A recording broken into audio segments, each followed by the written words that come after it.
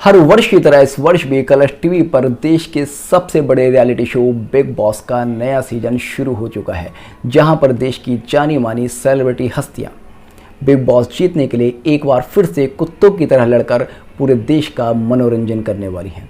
इन famous celebrities के बीच में एक नाम है जिग्ना बोरा, जो कि फेमस क्राइम रिपोर्टर रह चुकी हैं।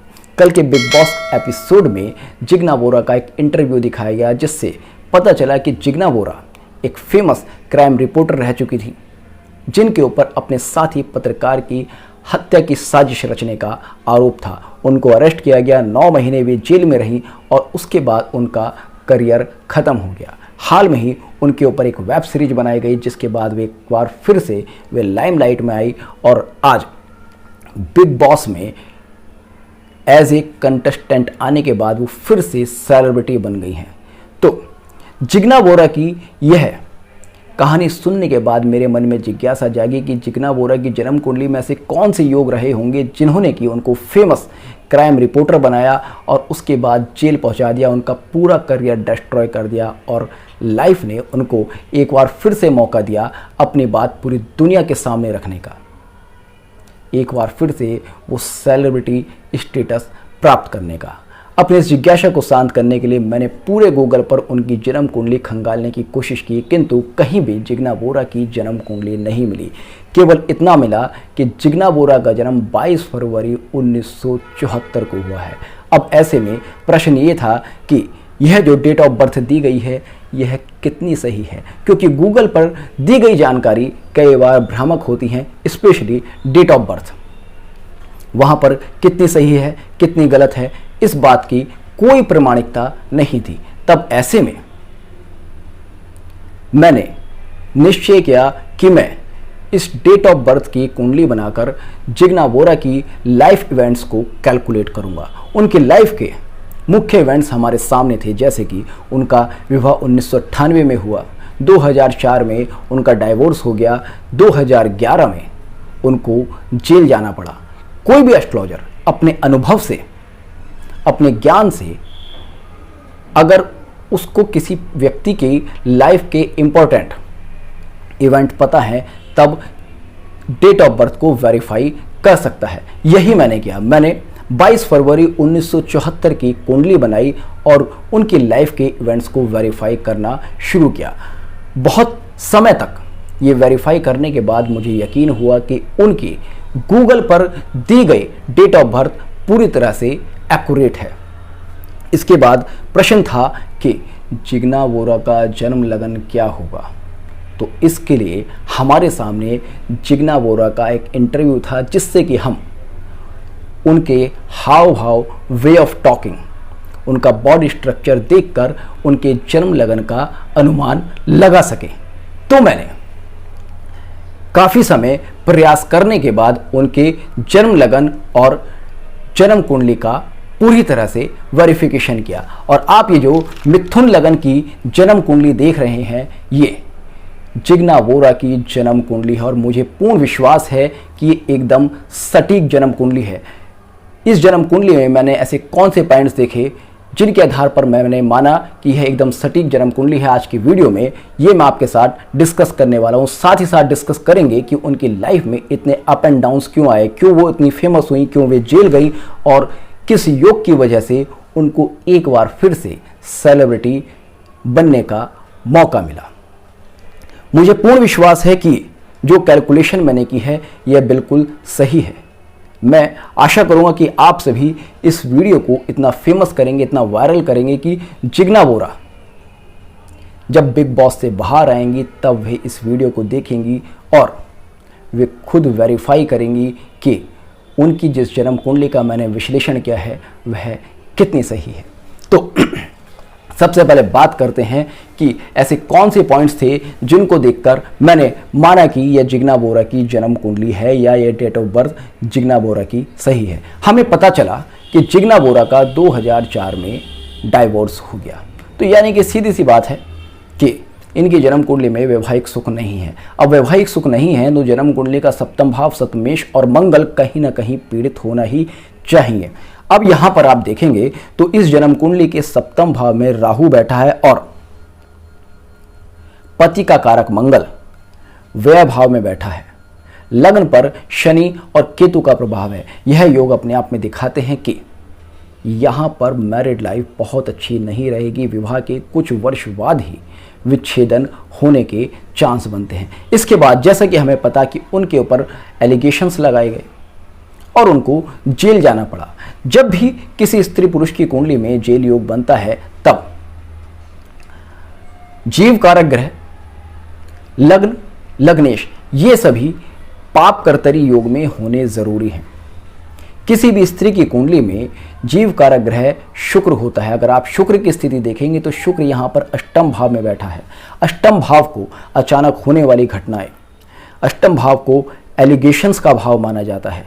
जीव कारक ग्रह का जब तक अष्टम भाव से, लग्न का जब तक अष्टम भाव से, लग्नेश का जब तक अष्टम भाव से संबंध नहीं बनेगा तब तक किसी व्यक्ति के ऊपर इस तरह के एलिगेशंस लगेंगे ही नहीं कि उसको जेल जाना पड़े।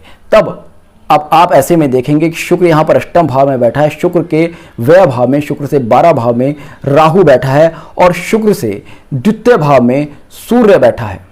राहु अपने आप में पापी ग्रह है और सूर्य अपने आप में क्रूर ग्रह है। और साथ ही साथ यहाँ पर आप देखेंगे चंद्र भी बैठा है जो कि पक्ष बलहीन है और ज्योतिष शास्त्र में पक्ष बलहीन चंद्र को पापी माना गया है। तो ऐसे में शुक्र यहाँ पर पूरी तरह से पाप कर्तरी योग में अष्टम भाव में फंस जाता है और यहाँ पर पूरी तरह से जेल की स्थिति का निर्माण हो जाता है। इसके साथ साथ आप देखेंगे बुध और चंद्र का योग यहाँ पर है, लग्नेश का योग चंद्र के साथ में। और क्योंकि जैसा कि मैंने कहा चंद्र यहाँ पर पापी है, पक्ष बलहीन है, तो बुध चंद्र का यह योग, लग्नेश पर चंद्र का यह प्रभाव एलिगेशंस, बदनामी और कलंक को इंडिकेट करता है। साथ ही साथ आप देखेंगे लग्नेश भी यहाँ वक्री है और लग्नेश वक्री होकर अष्टम भाव का प्रभाव ले रहा है, पापी ग्रहों के बीच में आ रहा है, पाप कर्तरी योग में फंस रहा है, जो कि अपने आप में यह दिखाते हैं कि लग्नेश भी पाप कर्तरी योग में होने से जेल योग का निर्माण कर रहा है। अब हम आ जाते हैं इनके लग्न के ऊपर। लग्न में आप देखेंगे शनि बैठे हैं, केतु बैठे हैं। शनि को ज्योतिष शास्त्र में क्रूर, तामसिक और पापी ग्रह माना गया है और शनि यहाँ पर अष्टम भाव के स्वामी हैं। अष्टमेश खुद लग्न में गया है जो कि एक बार फिर से लग्न को पीड़ित कर देता है। केतु लग्न में गया है शनि के साथ में। शनि और केतु की यह युति ग्रह युद्ध का निर्माण कर रही है। लग्न में जब भी ग्रह युद्ध का निर्माण हो तब ये माना जा सकता है कि इस व्यक्ति को अपने जीवन में बहुत ही ज़्यादा विकट समस्याओं का सामना करना पड़ेगा। इसके बाद आप देखेंगे शनि भी यहाँ पर वक्री है। शनि भी वक्री होकर व्यय भाव में प्रभाव दे रहा है जहाँ पर मंगल बैठा है। लग्न में जो ग्रह युद्ध हो रहा था वह शनि के वक्री होने से अत्यधिक बढ़ जाता है। तो ये सारी स्थितियां मुझे बता रही थी कि इस जन्म कुंडली में जेल योग तो निश्चित है, बदनामी के योग तो निश्चित हैं, विवाह विच्छेदन के योग तो निश्चित हैं। तो यह जन्म तिथि सही होने के बहुत ज़्यादा चांसेस हैं। इसके बाद हमें देखना था कि क्या इस जन्म कुंडली में फेमस होने के योग भी हैं, क्योंकि जिग्ना वोरा फेमस थी, फिर अप एंड डाउन्स आए और फिर दोबारा से फेमस हो गई। तो आप देखेंगे इस जन्म कुंडली में सूर्य और गुरु नवम भाव में युति में बैठे हैं। सूर्य और गुरु के योग को नाड़ी ज्योतिष में जीवात्मा योग कहा गया है। जब भी किसी जन्म कुंडली के स्पेशली नवम भाव, लग्न और पंचम भाव में यह योग बनता है तब ऐसे में जन्म कुंडली का बल बहुत ज़्यादा बढ़ जाता है, व्यक्ति को बहुत ज़्यादा नेम फेम प्राप्त होती है। और आप देखेंगे इस जन्म कुंडली में तो सूर्य के त्रिकोण में केतु भी बैठे हैं जो कि ध्वज योग का निर्माण करते हैं। गुरु के त्रिकोण में केतु बैठे हैं जो कि ब्राह्मणगण योग का निर्माण करते हैं। शनि के ऊपर गुरु की पंचम दृष्टि है जो कि कर्म धर्म योग का निर्माण करते हैं। ऐसे सुंदर योग अगर किसी जातक की जन्म कुंडली में हो तो हम कह सकते हैं कि यह जातक अपने फील्ड में बहुत ज़्यादा सक्सेस प्राप्त करेगा। तो यह सभी योग थे जिनको देखकर मैं ये कन्फर्म हुआ कि 22 फरवरी 1974 की जो जन्म तिथि गूगल पर दी गई है वो अपने आप में पूरी तरह से सही है। आज से पहले जिग्ना बोरा की जन्म कुंडली किसी भी सोशल मीडिया प्लेटफॉर्म पर नहीं थी। उनका लग्न किसी को नहीं पता था जिग्ना बोरा के अलावा, किंतु आज के बाद यह पूरी दुनिया को पता होगा, क्योंकि इस वीडियो को देखने के बाद दुनिया भर के सारे एस्ट्रोलॉजर्स इस जन्म कुंडली से उनकी लाइफ को डिस्क्राइब करने की कोशिश करेंगे। हालांकि मैंने इसमें बहुत मेहनत की, आज सुबह से मैं इसी में लगा हुआ था। इसके बाद आप देखेंगे, जैसे कि मैंने कहा कि मंगल व्यय भाव में बैठा है, और मंगल भी अगर देखें तो पूरी तरह से ग्रह युद्ध में फंसा हुआ है, क्योंकि शनि वक्री होकर मंगल को पीड़ित कर रहा है। मंगल से द्वितीय भाव में केतु बैठा है, सप्तमेश पर चंद्र का पापी प्रभाव है। तो ऐसे में ये सारी की सारी स्थितियां दिखाती हैं कि वैवाहिक सुख का योग यहाँ पर नहीं है। तो ये कुछ चीज़ें थी जिन्होंने मुझे बताया कि यह जन्म कुंडली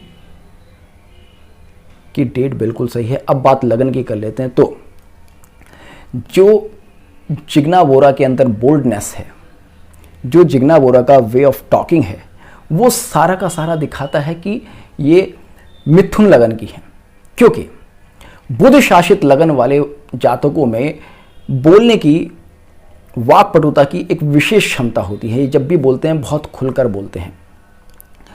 आप देखेंगे जिग्ना बोरा की इतनी एज है, उसके बाद भी वे काफ़ी यंग और काफ़ी बोल्ड एंड ब्यूटीफुल दिखती हैं, और उस स्थिति में जबकि उन्होंने अपनी लाइफ में इतना कुछ सहा है।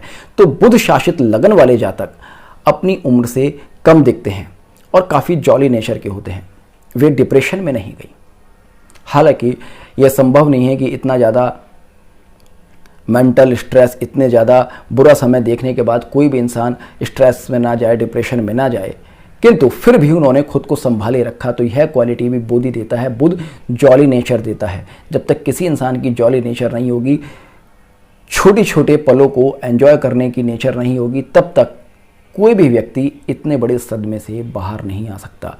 तो उनका वे ऑफ टॉकिंग, उनका नेचर, उनका बिहेवियर और उनकी लाइफ की ये चीज़ें देखकर मुझे यहाँ ये क्लियर हुआ कि इनका मिथुन लगन होगा ही होगा। तो ये कुछ चीज़ें थी जो कि मुझे बताती हैं कि जिग्ना बोरा का क्या लगन, क्या राशि आदि आदि होगा। अब बात आती है इनकी लाइफ के बारे में कि 2004 में क्यों इनका डाइवोर्स हुआ, 2011 में क्यों ये जेल गई, ऐसी कौन सी ग्रह स्थिति बनी, ऐसी कौन सी दशा बनी। यह सभी अगर आप कहेंगे तो मैं अपनी नेक्स्ट वीडियो में बिल्कुल डिस्क्राइब करूँगा। तो होपफुली आपका आज का वीडियो पसंद आया होगा। तो जुड़ रहेगा अष्टसूत्र के साथ। मिलते हैं नेक्स्ट वीडियो में। तब तक के लिए जय हिंद, जय भारत।